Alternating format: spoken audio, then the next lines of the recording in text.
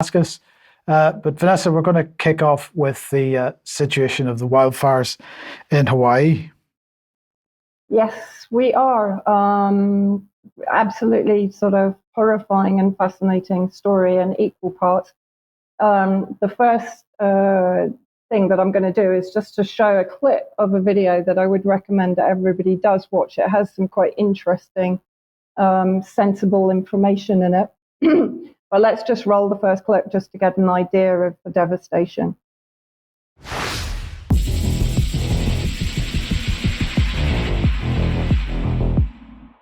Survivors of the Maui fire say that they received no warning and that the flames appeared so quickly that escape was difficult.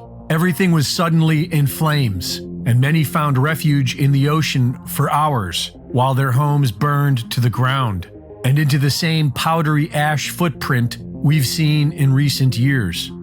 So far, it is estimated that nearly 1,000 people have died. Locals are worried this includes hundreds of children who were home due to school being canceled that day. Several people are reporting that the government is not only doing little to help, but they are blocking local efforts to do so and are not allowing local donations through, and that they are blocking life-saving medicine because it isn't federally approved. Denying people access to bring in supplies, just supplies for people to live. The government withholding every single one of our donations because we are not a part of FEMA and Red Cross. So none of this is eligible for giving out. Tell me why? I have no freaking clue. The people of Maui are on their own for now. And aside from the federal government's bureaucratic failure, they have good reason to be suspicious. Just like what we saw 5 years ago in Paradise, California, there was nothing normal about these fires. Within a day of burning, it was like a bomb went off. When you see the full extent of the destruction of Lahaina, it will shock you. It does appear like a bomb and fire went off, if I may. And all of those buildings virtually are going to have to be rebuilt. It will be a new... Yeah, sort of horrifying scenes. This was an eyewitness testimony that was kind of getting passed around on Facebook. I checked it out and found it on the LinkedIn of Dr. Kathy J. Forty, who was in Maui when the fire broke out. If we just have a quick look, Mike, through the slides of her testimony. So she points out that as soon as they reached Lahaina, all power got zapped. Cell phone, internet, traffic lights, GPS, the 911 emergency system, which is never supposed to go down, and the power outage caused every store and shopping mall to immediately close. Nothing was open. It's worth pointing out that even now there is a 12-mile media-free zone around Lahaina itself. No evacuation sirens went off on the day that the fires began. That was mentioned in the video. They failed as well. Maui has, or Hawaii has, one of the largest emergency alert systems in the world, worth pointing that out as also. Now, she makes an interesting point based on what many people are claiming about what started the fires. She said that she personally experienced a strange flooding wave of energy in her head, almost like a seizure activity, both on the morning of the fire and the night before. Now, she does actually say that historic Lahaina was a large old Hawaiian community that was in the way of corporate developers. Now it's like ground zero, declared a disaster area. And as she says, quite rightly, I think, they will undoubtedly blame it all on climate change and welcome in the developers to totally bulldoze and level it. Then let's move on and just see, basically, Maui's emergency services chief resigned after facing criticism for not activating the sirens. He claimed that the sirens were not activated because they would have pushed people towards inland territory and the mountains, and in his view would have pushed them into the path of the fire. Hawaii Governor Josh Green says the state is looking to acquire the land that was destroyed in the fires. He also says that apparently they are not entertaining the idea of foreign purchasers. He announced that the administration was considering acquiring properties in the seaside resort town of Lahaina that had been destroyed. He vowed to prevent foreign buyers apparently from swooping in to exploit the tragedy, suggesting that the state was better suited to take control of the land. There are reports from many residents and people living there as holiday homes that they are receiving calls from realtors. Now, many people have mentioned the fact that Hawaii was targeted to be a smart island. There was a conference back in January 2023, and this conference was planned for September 2023 in Maui. It's now been relocated, as you can see, to Honolulu, the Hawaii Digital Government Summit. Now, when you go to their website, they immediately put a disclaimer out saying that misleading social media posts have been circulating, falsely asserting that the Hawaii Digital Government Summit, which is now held in Honolulu, they say each year, it was originally to be in Maui, is aimed at transforming Maui into the first smart island. Well, they're putting out this disclaimer very quickly, but let's have a look at the history of smart island projects in Maui. So first of all, this is from the IEEE SMC 2023 Maui, Hawaii conference, the one that we're talking about, that will be held in Honolulu. People can freeze frame this. The writing is very small and they can look at the various names on there, but I've just taken a few out, Mike, on the next slide. So the 2023 IEEE Conference on Systems, Man and Cybernetics. So first of all, Professor Matarek's talk on personalized human-robot interaction examines how robots can improve the quality of life of users of various ages who need assistance. Professor Herrera's talk focuses on trust in artificial intelligence, a must-have characteristic when AI is employed in healthcare, government, justice, and daily life. Dr. Howard will share his decades of expertise in advancing AI systems in the defense and healthcare sectors, focusing on using genetic programming to solve the core problem of explainable AI. Professor Yingzhu Wang will address basic research in autonomous AI and symbiotic human-machine systems underpinned by contemporary intelligent mathematics. So it gets interesting here.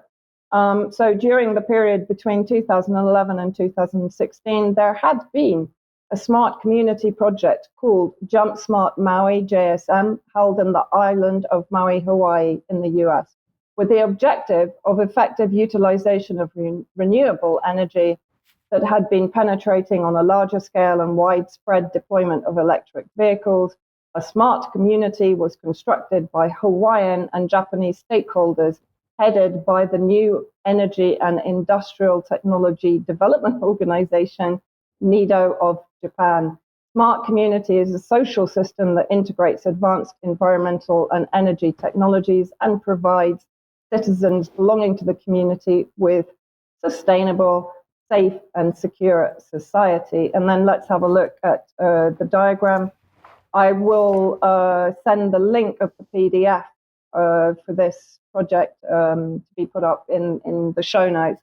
But this is just a breakdown, basically. You can see on the left that NEDO is working with Hitachi, I can't read the bank, and the Cyber Defense Institute. That's and in the US, Mizuho Bank.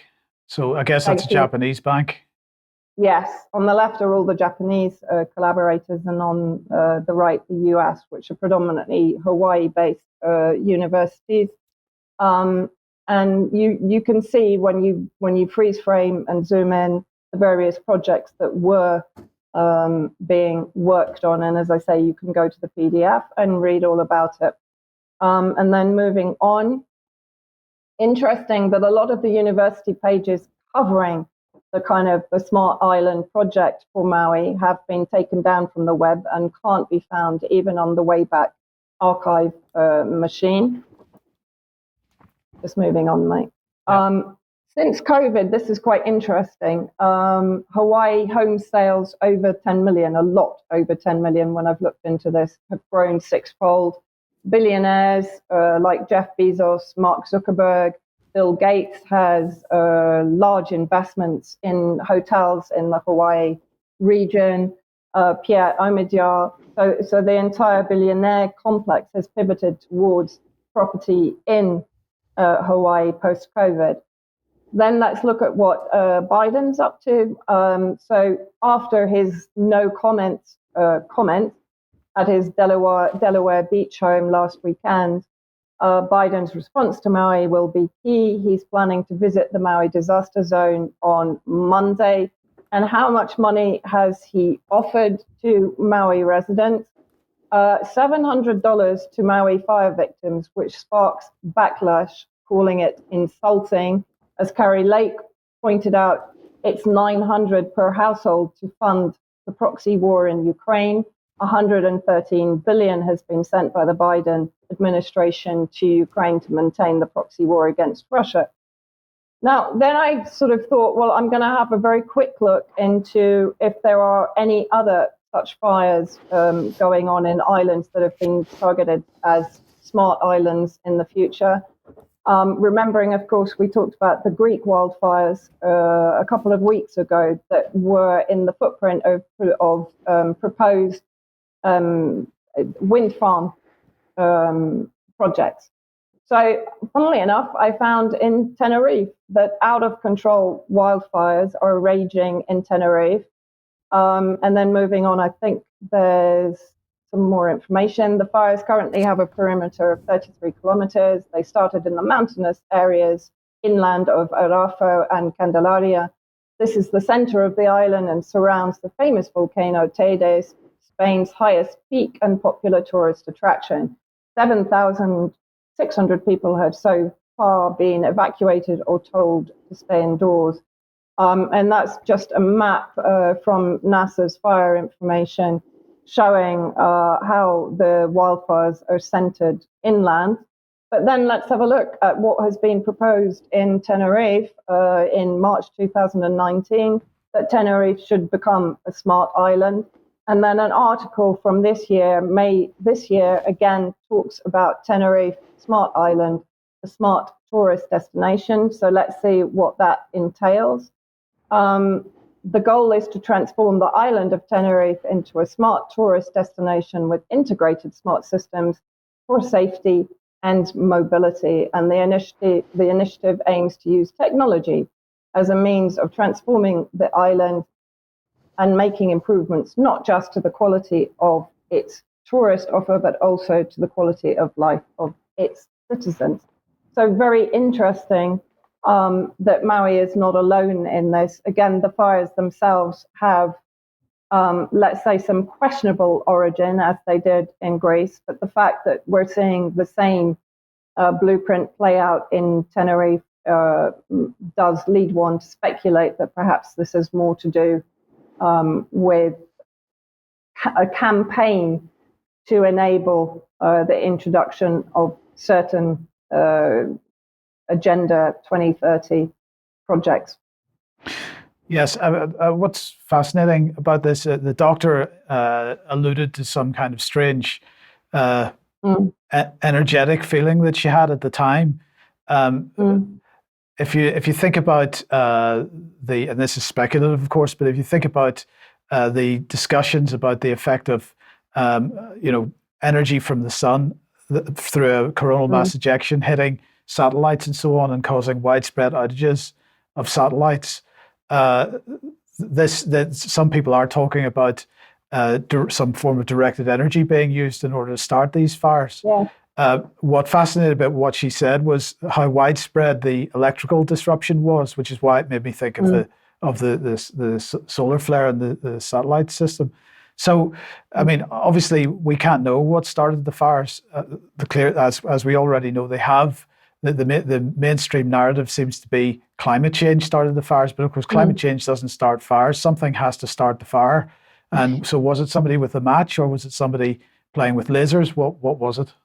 Well, it's a good question, Mike. I'll just add to that, of course, Hawaii, a lot of experience of intense heat because many people out there have had to deal with the volcano eruption and the lava flows, and you can see many film clips of huge lava flows destroying roads and buildings and communities. So Hawaii has got a special experience of what to deal in a situation of fires, and yet this appears to have been so violent that it's caught many people by surprise. Somebody in the chat box has just said, burn back better, which is a little bit of a cynical response, but it gets us thinking, and it got me immediately thinking that in UK, there's been a spate of fires in pubs.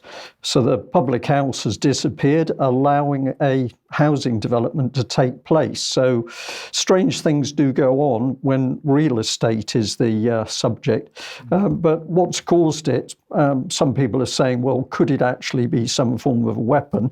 We just thought we would put this on screen. This is UK Ministry of Defence, and here's the headline: Making Science Fiction a Reality, Future Directed Energy Weapons. And if we just have a look at a little bit more detail here, it says directed energy weapons are systems capable of discrete target selection that emit laser or radio frequency energy as the primary means to cause disruptive, damaging, or destructive effects on equipment or facilities.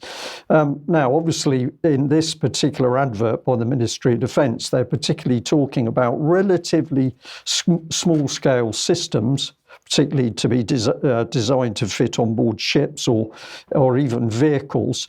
But nonetheless, we're getting the evidence that these sorts of systems do exist, and actually they've been trialled and have been very successful.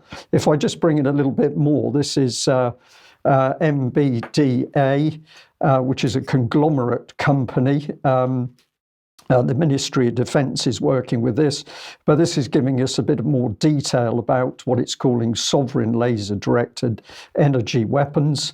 And it's really very upbeat at the success of the weapons themselves, but they're looking for greater, greater ability to track vehicles and focus in order to destroy smaller targets. So we can't say that any form of weapon has been used to start these fires, but if people think that energy weapons are something out of pure science fiction, they clearly aren't. And in my opinion, there's no doubt that the Russians in particular are very advanced in this field, which is how they're destroying drones in Ukraine. But having said that, of course, well, I'm not going to suggest that this is the Russians, but I've no doubt the BBC would be happy to suggest that. So we don't know, but energy weapons are real. You got any final thoughts on that, Vanessa? No, I mean, I think Brian's absolutely right. And if you look at if you watch the rest of the video that we showed a clip of, they do go into this in some depth. I think, these days I don't rule anything out. Of course, we need proof, but they're capable of anything to push through their agenda right now. And we know that they're running behind, let's say, because people are seeing through their lies, their projects, their campaigns. Yeah. And so I think they are having to rush things through. Yes. Okay. Thank you.